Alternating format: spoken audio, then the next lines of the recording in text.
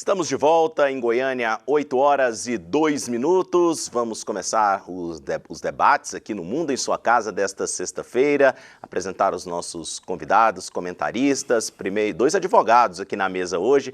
Primeiro, a doutora Nara Bueno. Muito bom dia, satisfação tê-la novamente aqui no Mundo em Sua Casa. O prazer é meu. Bom dia à bancada e bom dia a quem nos assiste, a quem nos ouve. Doutor Cairo Montelo, também sempre presente conosco. Muito bom dia. Bom dia, Rafael. Bom dia, Nara. Bom dia a você que nos acompanha. É sempre uma honra poder participar dessa bancada. Lembrando que você pode sempre participar conosco, estamos ao vivo no canal da TV Brasil Central no YouTube e você pode participar através do nosso chat e também pelo WhatsApp, que é o 99109-5099, 99109-5099. Já mandando um abraço para a nossa audiência qualificada que nos acompanha pelo YouTube, a Lucimar Souza, sempre presente, participando, ligada no Mundo em Sua Casa todos os dias. Vamos iniciar com as notícias. O presidente Lula negou interferência nas eleições para os futuros chefes do Congresso Nacional, afirmando que essa é uma responsabilidade dos parlamentares e partidos. Em entrevista, Lula ressaltou que o presidente do Brasil não tem candidato para a presidência da Câmara e que a relação entre os presidentes da Câmara, do Senado e da República deve ser respeitosa. Apesar dessa declaração, Lula tem se envolvido ativamente nas discussões sobre uma candidatura majoritária no Centrão para o comando da Câmara. Recentemente, ele se reuniu com o deputado Hugo Mota, que lançou sua candidatura após receber o apoio do presidente. O cenário político mudou com a desistência de Marcos Pereira, do Republicanos, em favor de Mota, que agora disputa com Elmar Nascimento e Antônio Brito essa presidência da Câmara tão cobiçada, Cairo Montelo. E o comando da Câmara e do Senado, na sua avaliação, os comandos devem ficar aí nas mãos novamente do Centrão, e qual deve ser a participação de Lula nesse processo? A resposta do Lula, ao ser indagado sobre a sua interferência nas indicações, nomeações a presidente da Câmara dos Deputados, do Senado, é uma grande cortina de fumaça. O Lula, apesar dos inúmeros defeitos, ele é um estrategista nato.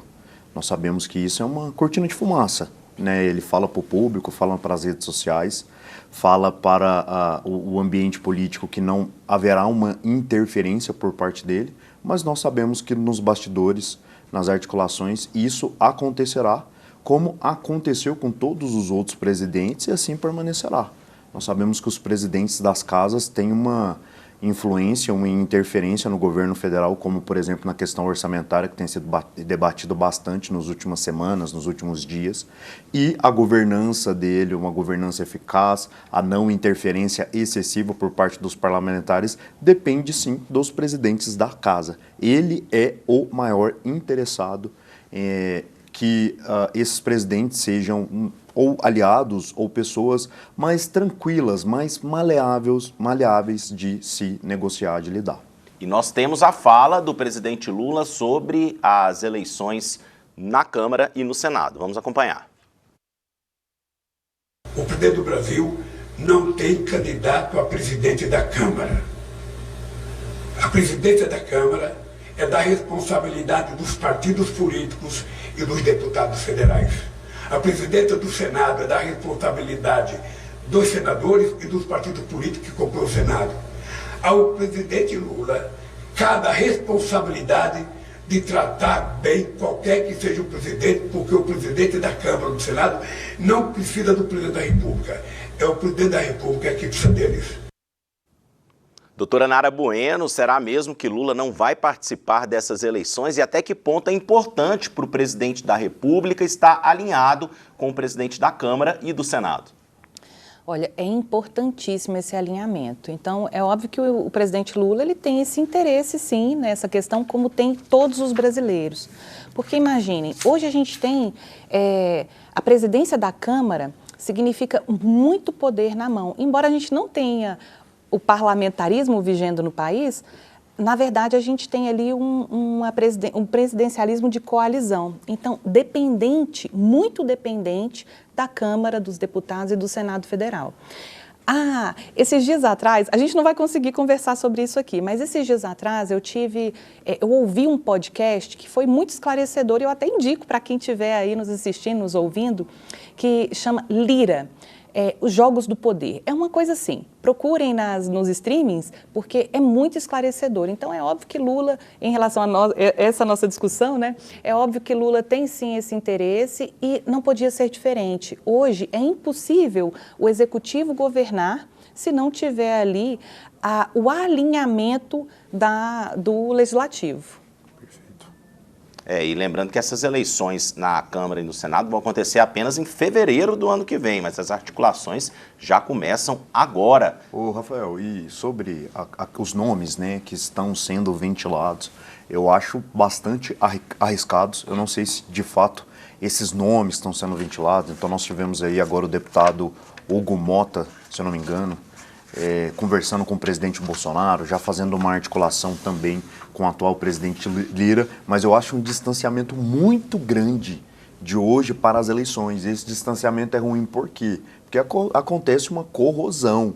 Os adversários, os partidos que não apoiam, fazem durante todo esse período uma salada de exploração de informações, exploração de conteúdos que possam denegrir, manchar a imagem, a reputação desses eventuais candidatos. Então, essas nomeações tão antecipadas é ruim para quem está querendo disputar uma presidência e pode ser que ao chegar lá no pleito, esses nomes nem estejam mais em campo para essa disputa. E essa relação do presidente da República com o presidente da Câmara, do Senado, é importante, não só pela questão política, a gente também observa o que aconteceu nos últimos anos no Brasil, né? A gente teve uma relação super desgastada aí da Dilma Rousseff com o Eduardo Cunha, que acabou resultando em impeachment dela. O Eduardo Cunha levou para frente e virou uma questão de honra para ele promover o impeachment dela. E depois nós tivemos a relação do Arthur Lira com o Bolsonaro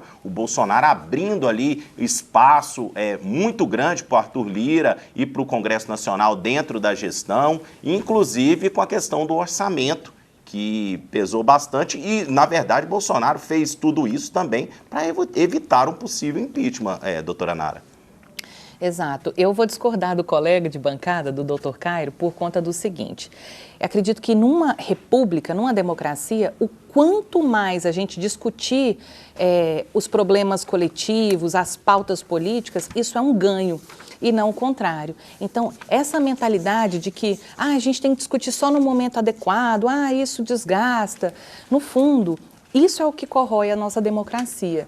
Tanto é que nós tivemos, eu sou especializada em Direito e Processo Eleitoral, e nós tivemos aí nos últimos anos reforma atrás de reforma, e o período eleitoral foi se encolhendo sob esse pensamento de que isso desgasta, isso corrói, isso é ruim. Não, gente, a gente tem que ampliar.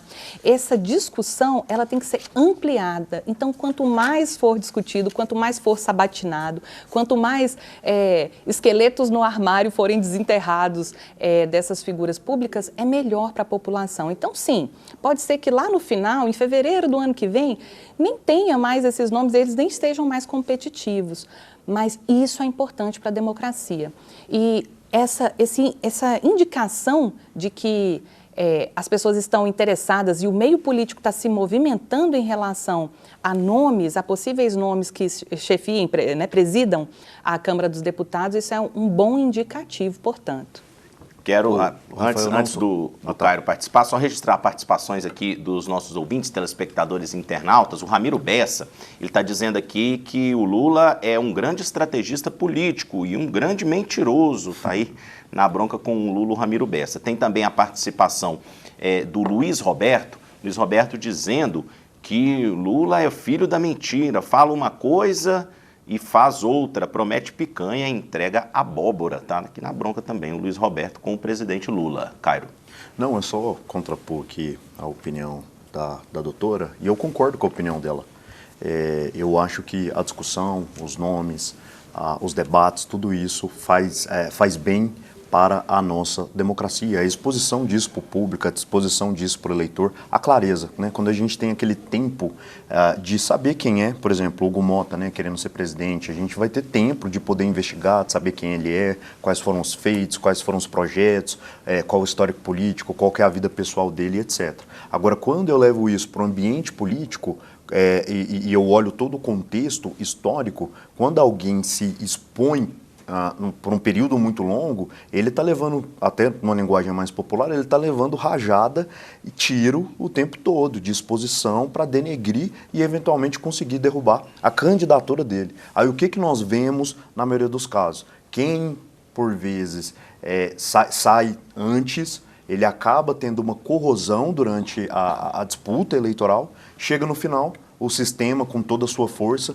nomeiam alguém, né, indica alguém, e por toda a sua força, esse alguém pode ser que ele seja eleito. Então, é só essa observação mesmo, que é mais uma estratégia política. Talvez, por exemplo, o Hugo Mota, ele poderia ter esperado um pouco mais, ter articulado mais nos bastidores, menos em público, para não sofrer tanto esse processo de corrosão. É interessante que o candidato do Republicanos era o Marcos Pereira, né? E aí acabou revirando aí a situação. O Marcos Pereira, que é vice-presidente da Câmara, e acabou desistindo aí para apoiar Hugo Mota à presidência da Câmara dos Deputados. São 8h13 em Goiânia. Vamos seguir com os assuntos. O presidente Luiz Inácio Lula da Silva estará aqui em Goiânia daqui a pouco para a inauguração do primeiro trecho da obra do BRT Norte-Sul, uma das principais obras de mobilidade urbana da capital. A solenidade irá ocorrer a partir das 11h15 na praça da antiga Estação Ferroviária de Goiânia e marcará a entrega oficial de 17 quilômetros de corredores exclusivos para ônibus. O projeto do BRT Norte-Sul é resultado de uma parceria entre os governos federal e municipal, com investimento de 321,7 milhões de reais, dos quais 140 milhões foram financiados pela União. Durante a cerimônia, Lula também deve anunciar investimentos em educação no estado de Goiás. O governo federal irá destinar um total de 820 milhões para o setor por meio do Programa de Aceleração do Crescimento, o PAC.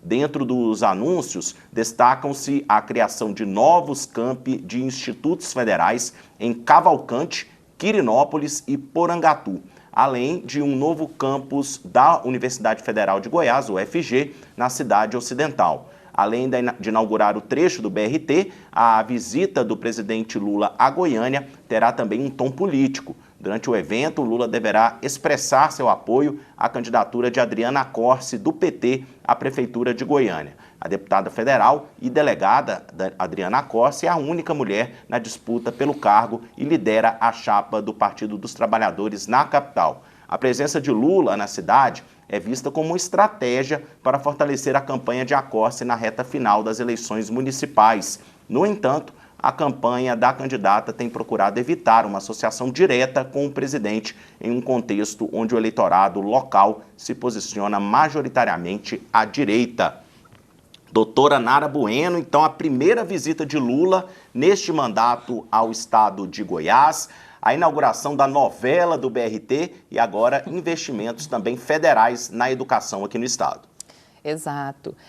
Eu saúdo e digo ao Lula, seja bem-vindo. Eu acredito que o goiano e a goiana são educados, cordeiros e espero que recebam bem o presidente. E, além disso, agora tem uma reclamação, viu, Rafael? A gente está discutindo ainda BRT. E olha, é necessário se discutir isso, é necessário atualizar as rotas de ônibus, o equipamento, né, os ônibus em si, mas já é passada a hora de Goiânia começar a discutir metrô. Por que Goiânia não tem metrô? Uma cidade desse porte, né, com esses investimentos, essa quantidade, esse vulto de investimento que é colocado no BRT, eu acredito que a gente já poderia ter aí uma convergência dos governos, seja o governo que for, de direita, de esquerda, de centro, uma convergência desses governos para modernizar e para dar mais acessibilidade ao transporte público em Goiânia. Então, é passada a hora de começarmos Então, estamos comemorando hoje a inauguração do BRT, mas eu já estou ali reclamando e pedindo o futuro, que é um metrô em Goiânia. E quando se fala em metrô aqui, normalmente se fala que é inviável, né, tecnicamente, que Goiânia hoje não comporta metrô, mas não é a realidade que a gente vê, porque o transporte coletivo é lotado, o trânsito é cheio, congestionamento para tudo quanto é lado. Aí muita gente opta pelas motos para evitar o transporte coletivo, mas o transporte coletivo realmente, a qualidade é baixa aqui na cidade de Goiânia. Cairo Montelo, Lula é bem-vindo aqui à capital?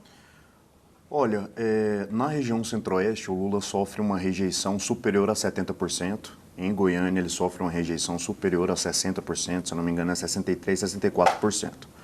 O fato é, Rafael, o presidente Lula não pisa em Goiânia há mais de 10 anos. Nós estamos há quase 2 anos do seu mandato e ele não entrou no estado de Goiás. É a terceira agenda no estado e até o momento ele ainda não cancelou, as outras 2 ele cancelou. Então isso demonstra um total descaso com a população goiana. Não é porque você tem opositores que você deixou de ser o presidente, né, de governar para quem você, para os eleitores que não validam, né, ou não validaram o seu governo. O presidente Lula vem num momento, o Rafael, muito oportuno, quando nós podemos falar sobre a ineficiência da gestão de recurso público. O BRT deveria ter sido finalizado em 2019 e nós estamos com 5 anos de atraso na entrega do BRT. Gastos que somam mais de 320 milhões de reais e eu imagino que ao apresentarem esse projeto, o orçamento deveria ser muito menor. Então ele vem num momento muito oportuno, fica aqui essa crítica, essa ressalva da ineficiência, da má gestão do nosso dinheiro público e da entrega incapaz, né, ineficiente da ponta, que é do serviço público de qualidade e a tempo. Você falou da última vez aí, Cairo Montelo, que o presidente Lula pisou aqui em Goiás por um evento político. Em fevereiro de 2010, ele inaugurou, então, 2.400 habitações do Minha Casa Minha Vida. Ele estava no seu segundo mandato e essa inauguração aconteceu no conjunto Jardim do Cerrado. Estava acompanhado do ex-governador Alcides Rodrigues, do ex-prefeito de Goiânia, Iris Rezende, e do ex-prefeito de Aparecida de Goiânia, Maguito Vilela. 2 deles aí já faleceram. É isso pois aí. não, Nara. Bom, eu vou contrapor o colega mais uma vez. Por quê? Em uma democracia representativa, tal qual vige no Brasil hoje, a gente tem a representação. Então, não quer dizer que um presidente, imagina, o Brasil é um país continental, não quer dizer que o presidente ele vai ter que estar pessoalmente, fisicamente em todos os lugares. E isso não quer dizer, e ele não estando nesses lugares, não quer dizer que ele não governa para as pessoas que o elegeram. Então, a gente não pode fazer esse raciocínio tão superficial, porque daí nada vai ser representativo. E não é essa a intenção da democracia. Esses pensamentos superficiais, eles corroem a nossa democracia. A gente chama de pensamentos de desdemocratização. E colocam uma necessidade artificial de que o governante ele tem que estar ali fisicamente o tempo todo. E olha, isso seria até plausível se fosse uma cidade pequena, se fosse um governante local, mas a gente está falando do presidente do país e, novamente, de um país continental. Então, eu acredito que Lula é, sim, bem-vindo no solo goiano e ele tem feito importantes trabalhos aí depois de reconstrução, depois de uma fase muito difícil para o Brasil, em que a gente ainda está colhendo uma situação de descalabro quase. Então, eu acredito que a gente tem que fazer essa diferença. Para a gente encerrar, Caio. Tá, não, beleza, não, é porque a doutora Nara traz como algo antidemocrático, né, a minha visão e a minha opinião, que é uma classificação minha daquilo que eu considero como importante, principalmente para um presidente ou para um representante, seja de qualquer político, seja ele prefeito, vereador, deputado, senador ou presidente do país. A importância de valorizar determinado público ou determinada região.